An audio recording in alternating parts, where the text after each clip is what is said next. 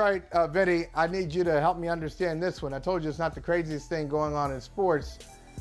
This one is, this story's been going on for a while. As you know, we talked about it last week. Kyrie Irving, promoting a film, promoting a book, clearly is anti-Semitic. There's no, and I got to correct when people say it has anti-Semitic tropes and all that. It's just, let's just call it what it is. It's an anti-Semitic film because it even doubts the existence of the Holocaust. I mean, I'm just going to say this, and not to get into,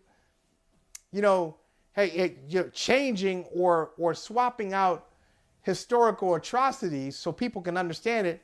I'll just say, if we were talking about, somebody came in and said, look, transatlantic slave trade didn't really happen. Mm-hmm. And, there's not really, there really wasn't slavery that undergirded the United States for many, many centuries. Oh, wait, you mean like, wait, hold on. You mean like a rapper? I ain't calling that a mistake. Producer? You mean a rapper producer come out and saying slavery was a choice? You mean something like that? Okay. But I digress. For example, go that ain't a mistake. That ain't no mistake. Mm-hmm. That's not like a misstep. No, that's something I'm going to take that very seriously. And let's say that person said it in Chicago or Atlanta or DC, where there are a bunch of African Americans, and we're just supposed to shrug. The fact is, I said this to somebody the other day. Boston proper has about 650,000 people of all backgrounds and races. 650,000 people in Boston proper.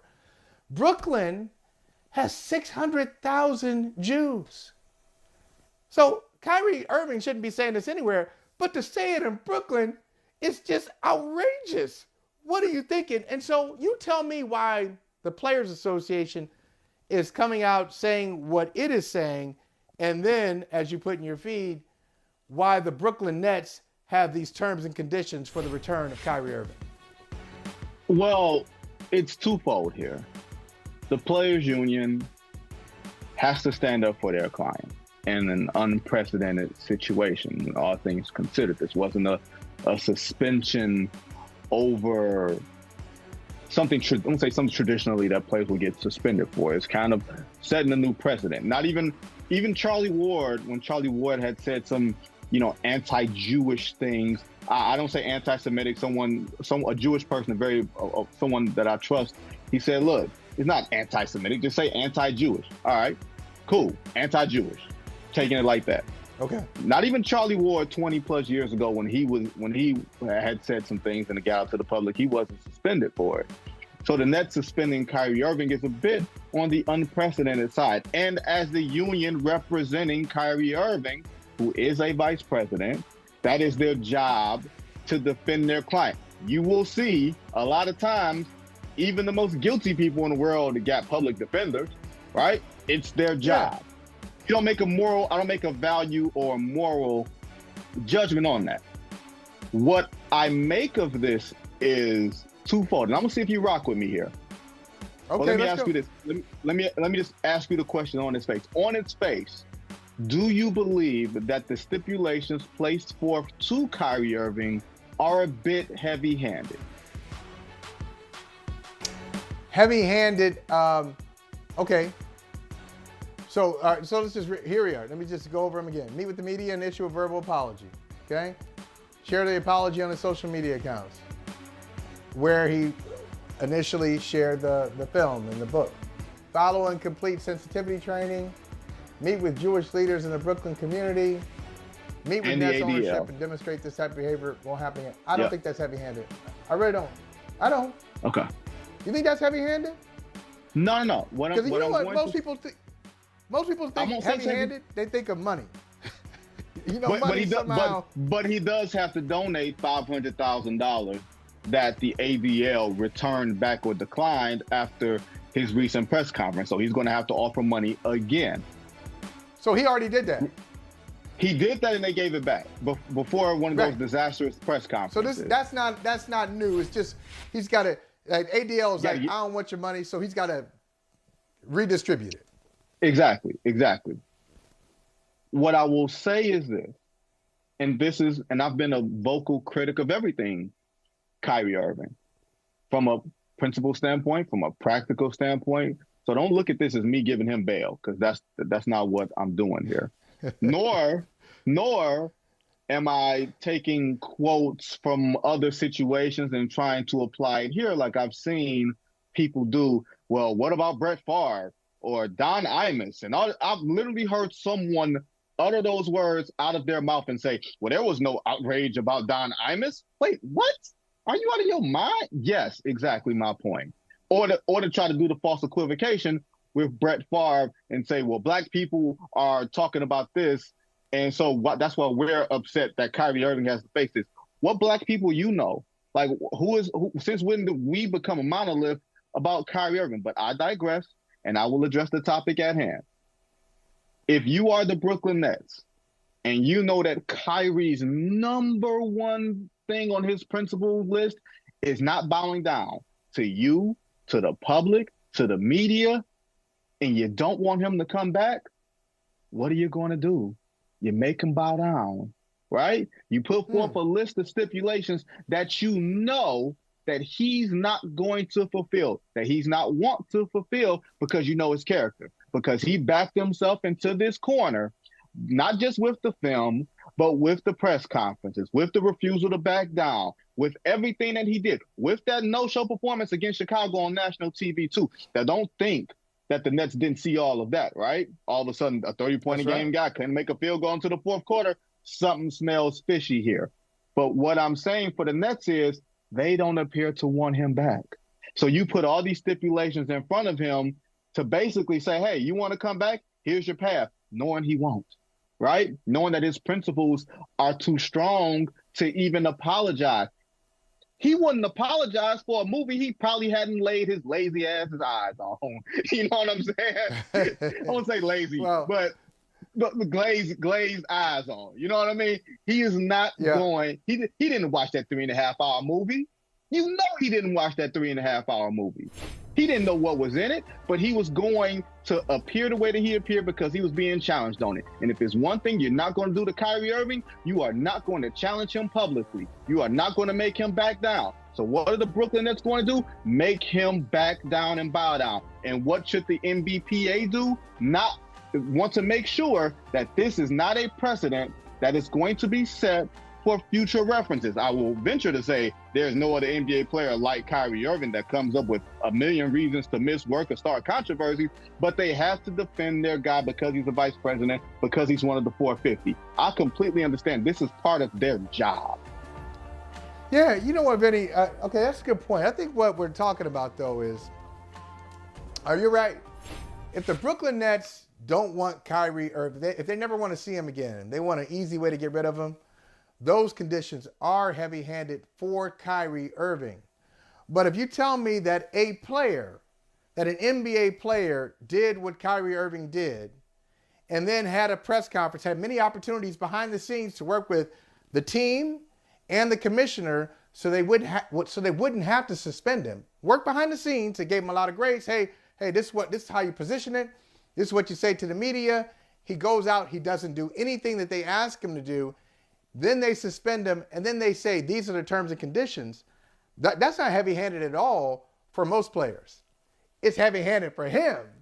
But for most players, what they're asking him to do, I think is quite reasonable. I think most players would have an issue. Geography is a big part of this. I agree. I think most players, for one, let's be honest, most players would not back themselves into this corner. This applies to one man and one man only, right? Only Kyrie would find himself in this spot, right? And you're right. The league gave him a lot of grace. The team gave him a lot of grace. But who knows what his teammates feel about it's always being him. We've always got to answer for you. We always have to make up for your absence. We always have to make up for something. You're absolutely correct, right? I do think for a man of Kyrie's pride and quote-unquote principles, or at least public principles, that is a lot for him. to have to back up and bow down, not just admit fault and give up money and meet with all these people. Because remember, he wouldn't meet with the ADL the first time. He sent his stepmother to meet with the ADL. He wouldn't You can't make this up. he wouldn't return the team owner's text messages, right? And that's another thing he has to do. So even after he does that, he has to meet with Joe Tsai and illustrate so much humility, eat so much humble pie, and say, I promise not to do this again for the rest of the season. Not for the next 4 years, because you're giving me another $200 million, but for the next 4 years before I go on to my next stop, if there is a next stop for Kyrie Irving.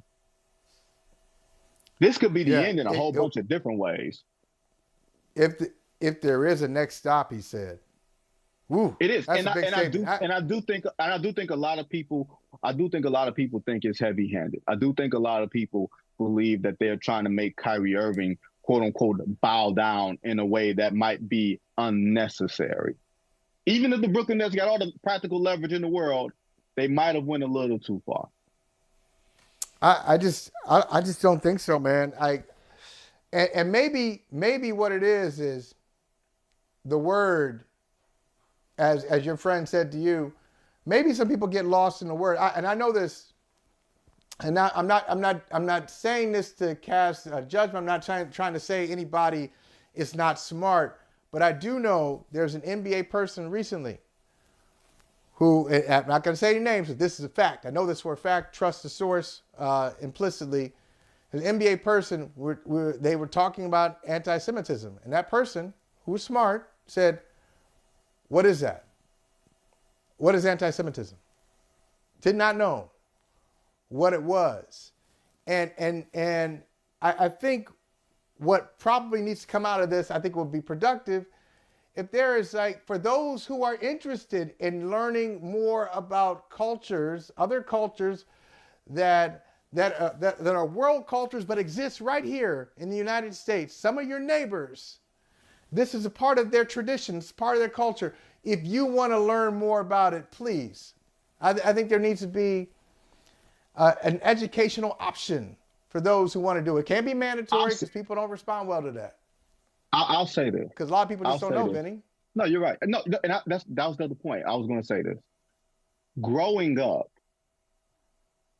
you hear about Jewish people in an abstract form, right? However it's being talked about whenever a topic of particular subject comes up in an abstract. But you don't actually know someone's Jewish unless they tell you, right? Like if you assume because someone's last name or whatever it is, that's an assumption. You don't know. You don't know. And no one identifies. Now, if you're in a black household, you hear about white folks, but you can see that. That's something visual. You know what I mean? You have a direct example of whatever the topic is. Some people, and I can't remember the first time I really came into contact with someone who was identified as a Jewish person and went all into that and illustrated everything that meant. But I was an adult, probably. I probably went to high school or grade school with Jewish people, but just didn't know it. And now you're putting NBA players in a position where, like you said, or some NBA personnel who may not know because they've never had to directly come across someone, not like an ignorance thing where you're just not paying attention, but you just don't know unless someone tells you. That's an issue. That's an issue within itself. It's not a harmful thing. It's just one of identity and knowing, and how is one to know? Yeah, if you look at the map, if you look at the U.S. map, a lot of people did not grow up just based on it's geography again. And we're in a segregated world. Midwest, I was going to say, if you grew up in the Midwest, okay, the numbers very, very slight in the Midwest, very high in the Northeast, and the West Coast. So, yeah, a lot of people haven't had access and haven't had the information. But know that. And I think this really comes down to, how about this? It's like we said the other day. You know, Players Association can defend Kyrie and say this is heavy-handed and all this.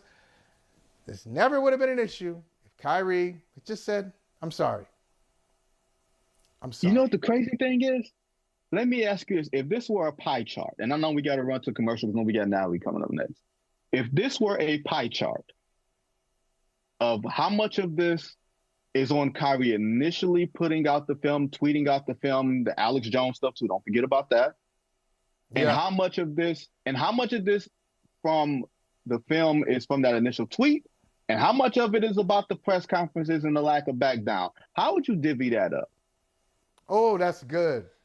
I'd say the press conference is like 65% of it, right? I think it's higher. The press conference. Yeah. I think it's like it. 75, 80. Yeah. Keep going. Yes. Yes. I agree with you. It was just, I'm not doing it. I'm not talking to my. I've got an army. That's a dog whistle if I've ever heard one. And trust me, from the last X amount of years of political discourse, we as Black folks know a dog whistle when we hear one, even if it don't apply to us. One thing, and we'll play the music, and we will kick it with Natalie here in a second. But I'll just say this as the music plays. Kyrie has this thing where he'll look at the people in front of him. He is arguing with them and not really talking to the masses. He gets so caught up in the weeds of, in the how battle. dare you challenge me? Hey, man. He's battling. Don't worry about them. You're talking. You're making a statement to a whole, like millions of people.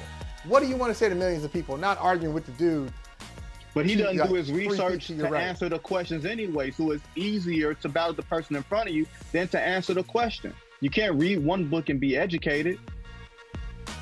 That's a quote of the day right there.